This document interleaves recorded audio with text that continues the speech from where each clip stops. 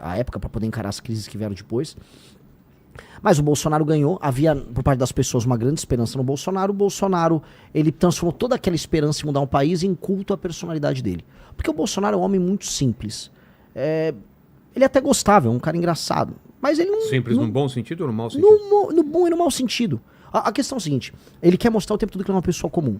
Mas para você ter feitos extraordinários, você precisa ser uma pessoa com qualidades extraordinárias, que são qualidades incomuns. Se você põe uma pessoa incomum para fazer uma cirurgia no seu cérebro, essa pessoa vai fazer uma besteira, ela não tem qualidades especiais. O Bolsonaro nunca teve essas qualidades, as pessoas gostavam dele por ele ser simples, por ele ser engraçado. Ok, só que quando ele precisava lidar com crise, ele não sabia o que fazer. E mais, ele tinha preocupações com os filhos, se o filho corrupto aqui ou o filho corrupto ali, ele iria se dar mal, então ele precisava proteger. Na prática, ele traiu essa esperança das pessoas e a gente se manteve brigando. E acho que você fez muita cobertura desse período, sim. 2020, 21, 22. E ele perdeu a eleição pro Lula, como era esperado. E aí vem um governo de esquerda e a gente volta, e isso que a gente amarra todo o ciclo. A gente volta para 2015, quando a Dilma ainda estava no poder. A gente volta assim, como é que pode o PT ter retornado ao poder, mesmo o PT ter sido chutado pelas pessoas às ruas em 2016, 17, 18? É porque naquela época, em 16, 17, 18, tinha uma coisa que a gente não tem mais hoje. Tinha esperança que o Brasil dava pra ficar diferente, então as pessoas saíram às ruas, porque elas acreditavam que se tirasse o PT do poder, dava pra ter algo diferente, e as pessoas defendiam pautas, e não cultuavam uma pessoa. Então quando a gente defendeu pauta, a gente defendeu a Lava Jato, o impeachment da Dilma, reformas, prisão do Lula, e tudo isso aconteceu. Quando os brasileiros passaram a apoiar apenas a pessoa, que era o Bolsonaro, o Brasil perdeu. A Lava Jato acabou, o Lula voltou, e aí a gente tá hoje com o Brasil sem esperança nenhuma, a ponto de ter o maior escândalo de corrupção da nossa história acontecendo agora, que é basicamente o escândalo do Banco Master, e ninguém quer sair às ruas, porque ninguém acredita mais em nada. E esse é um momento que o Brasil não tem nenhuma esperança. O brasileiro, ele perdeu esperança em absolutamente tudo. Especialmente as pessoas com mais de 30, 40 anos. Sinto isso, as realmente. pessoas da minha geração. Da sua geração também. Na minha geração. Porque é uma também. geração que o Brasil não se realizou. A gente passou umas 3 levas de agora vai. Agora vai, agora vai. Depois do tempo você fala, quer saber? Muda governo, entra governo, é a mesma coisa. Isso. E é ruim isso. Esse muito sentimento ruim. É ruim. É muito ruim, porque não aconteceu. O Brasil não aconteceu pra minha geração. Tinha oportunidade. Lógico. Imagina um cara, eu tô com 42 anos. Um cara da minha geração achava assim, vou fazer a faculdade... Estudei, fiz a faculdade, vou arrumar um trampo, vou crescer na empresa, talvez mude pra outra pra ter uma promoção, vou comprar uma casa, casei. Não aconteceu isso. Não aconteceu. Essa geração minha, já em 2008 teve uma crise, então teve a crise mundial em 2008, o Brasil teve uma outra crise em 2013, 14, 15, crise econômica, então essa pessoa perdeu tudo, aí quando viu esse cara que fez a faculdade tá tendo que fazer Uber pra sobreviver. E aí ele, não, agora é Bolsonaro, agora vai. Aí não foi. Aí volta o Lula e fala, vou te dar uma picanha. Picanha? E não teve picanha nenhuma também. Então esse cara acha que viver no Brasil é uma desgraça. E aí o que tá acontecendo? As pessoas estão indo embora do Brasil. O Brasil, que sempre foi um país de imigrantes, um país assim, especialmente se você é do centro-sul do Brasil, você provavelmente vai lembrar que seu avô ou sua avó veio de algum lugar diferente do mundo. Hoje não é mais assim, o brasileiro vai embora. O brasileiro tá procurando emprego em outros lugares. E isso tá acontecendo porque as pessoas perderam a esperança do Brasil. Aí são piadas, o Brasil é um bostil, o Brasil não vai dar nada, ou o Brasil é um cachorro caramelo. Aí o PT se aproveita disso. Não, é a soberania com o cachorro caramelo. Pô, cara, a gente não é isso. A gente perdeu essa energia vital que poderia fazer a gente ser uma das grandes potências do mundo. E aí o que eu tô tentando fazer? Eu acredito muito. Eu sou meio louco nesse sentido. Cara, o Brasil tem tudo pra ser um dos 5 maiores países do mundo. E por que tem tudo pra ser? Esse é o cálculo que eu jogo pra todo mundo que é negativo. O Brasil tem um monte de problema. A gente tá com uma janela de oportunidade incrível aí pela frente. Exatamente, Vilela. Exatamente. Terras raras. O Brasil, antes de eu chegar na Terra Rara, o Brasil tem um dos maiores territórios do mundo? Sim. Assim como a Austrália, assim como a Rússia, assim como os Estados Unidos, assim como a Índia, assim como a China. Mas tem uma diferença. Calma, vou chegar aí.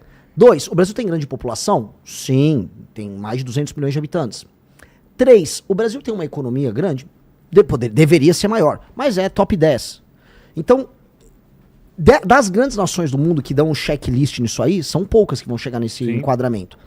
Eu colocaria 5 e incluiria a União Europeia como 6º. Que China, Rússia, Índia, Estados Unidos, Brasil e União Europeia. Vamos botar assim. Então, o Brasil deveria jogar nessa liga. Essa é a liga do Brasil jogar. Além de tudo, o Brasil tem energia disponível abundante, de todas as matrizes, especialmente as mais limpas. Isso inclui urânio, isso inclui energia nuclear, que não tem que ter tabu de falar em usar. O Brasil tem terras agricultáveis. Não é igual, pô, tem um grande pedaço aí da Groenlândia. Você não vai plantar na Groenlândia. A gente tem recursos hídricos abundantes. A gente tem petróleo. A gente tem um clima quente que permite que você tenha, por exemplo, 2 safras no ano. Ou seja, o Brasil é um país abençoado nesses termos. Água, cara, demais. Descobriram debaixo da Amazônia água por não sei quantas décadas aí para a humanidade. Então, onde eu vou chegar? Em condições normais de temperatura e pressão, se a gente não se sabotar, a gente é top 5 no mundo.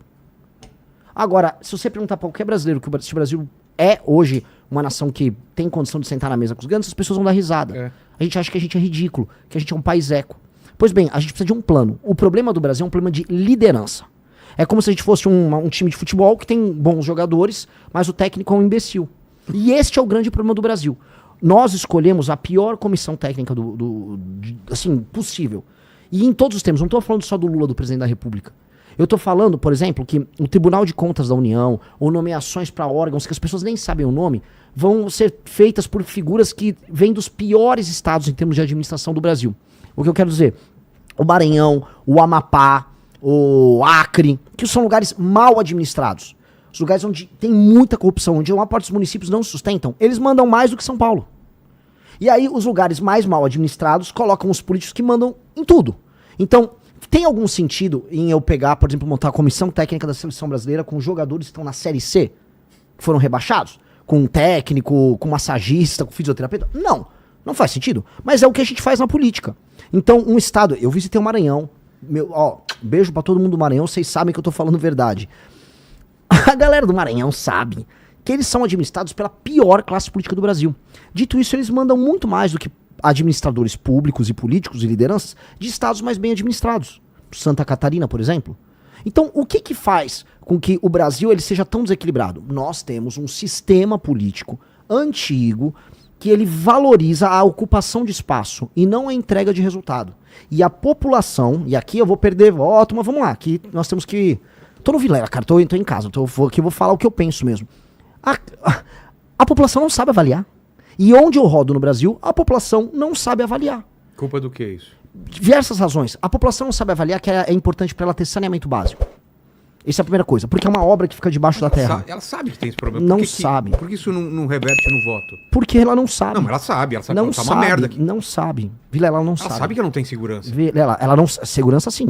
Mas saneamento básico, não. Você acha que não? Não. Vou dar exemplo, coisas que o cidadão não dá valor na hora de votar. Você perguntou pra galera qual é o problema daqui. Quando você está num lugar que não tem saneamento básico, as pessoas nem sabem que elas precisam ter saneamento básico. Não tá na imaginação delas. O valão de esgoto tá do lado da casa delas e ela tá tão acostumada com aquilo que aquilo é a vida dela. A vida dela tem um valão de esgoto, faz parte. Que o lixo largado na rua, pô, toda a rua vai ter um lixo largado. Então quando essa pessoa sai do estado dela, ou da casa dela, da rua dela, humilde, ela vai, por exemplo, vamos dar um exemplo, o cara saiu do interior do Maranhão, e aí ele foi pra uma cidade de Santa Catarina que é mais bem cuidada. Ele nem compreende o que tá acontecendo ali. Porque aquilo tá fora do escopo de imaginação dele. Que é mais ou menos parecido quando a gente, que é de capital, vai pra outro país. Exato. Fui pra China agora e você vê as ruas tão limpas, com tanta gente na rua, você fala, cara, como podia ser assim no Brasil? Exato. Então, as pessoas não imaginam. É um problema de imaginação. Outra coisa, eu falei, saneamento básico, ninguém dá valor. Só que eu sei esse problema. Eu rodei o Maranhão, e aí eu já tinha falado, Renan, aqui tem muito problema de saneamento, cuidado pra tomar um suco, que eles vão bater com a água da torneira, ela vai no fundo vindo do poço, que vai pegar um lençol freático, num lugar que não tem saneamento. Doença. Toda minha equipe pegou diarreia. Todo mundo. Tomando, às vezes, um suco, ou você pediu uma Coca-Cola, pediu um gelo. O gelo foi feito ali no... Aí você pegava. E a população, infelizmente, acaba se acostumando, porque a população foi tratada como bicho a vida inteira. A população não foi respeitada a vida inteira. Aí essa população migra para outros lugares. Aí você tem esses conflitos regionais. A galera vai de Goiás, tá me ouvindo, a galera de Santa Catarina, a galera do Paraná. Começa a receber migrantes de outros lugares. Os migrantes não estão adaptados ao modelo de vida deles. E dá briga. Dá briga. Porque eles vêm com um sistema cultural em que eles não foram tratados como cidadão. Então a gente tem que entender assim. O eleitor não dá bola para saneamento básico. O eleitor não dá bola para educação. Nenhuma. O eleitor não dá valor para educação. A educação não faz parte nem de longe da decisão de voto do eleitor. A educação não é considerada um valor intrínseco pelo eleitor. E deveria ser o principal. É lógico. Mas as pessoas não entendem, porque a maior parte das pessoas em lugares mais humildes, quando ela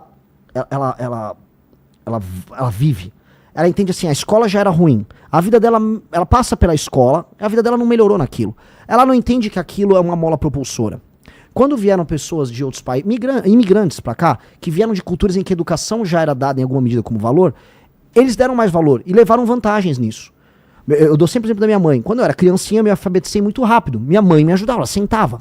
Minha mãe era uma mulher de classe média, jovem, meu pai trabalhava, ele era um cara de classe média, ambos tinham se formado, tinham estudado, e eu tive o privilégio de ter minha mãe me ajudando quando era criança.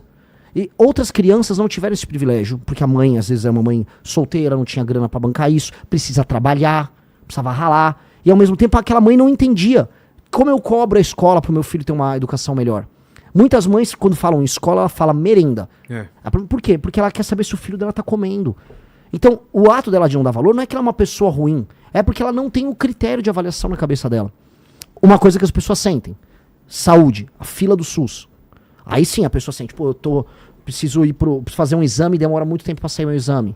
Precisa ser às vezes em outra cidade, às vezes eu tô numa cidade pequena, preciso ir pra outra cidade, não tem transporte pra ir pra outra cidade. Demora pra fazer o exame, demora pra conseguir uma cirurgia. Que é o famoso problema de acesso que tem no SUS. Então, na saúde, o pessoal olha. Transporte, o pessoal também olha, porque é uma coisa que afeta ela. Vou pro trabalho, ou o transporte tá caro, ou o transporte tá demorado, ou o transporte tá ruim. Mas, no geral, nos lugares mais humildes, boa parte dos problemas não são avaliados. Se você gostou desse corte, já deixa o like para fortalecer o canal. E se quiser ver mais cortes como esse, se inscreve e ativa o sininho para não perder os próximos vídeos. Leva só um segundo e ajuda muito. Tamo junto!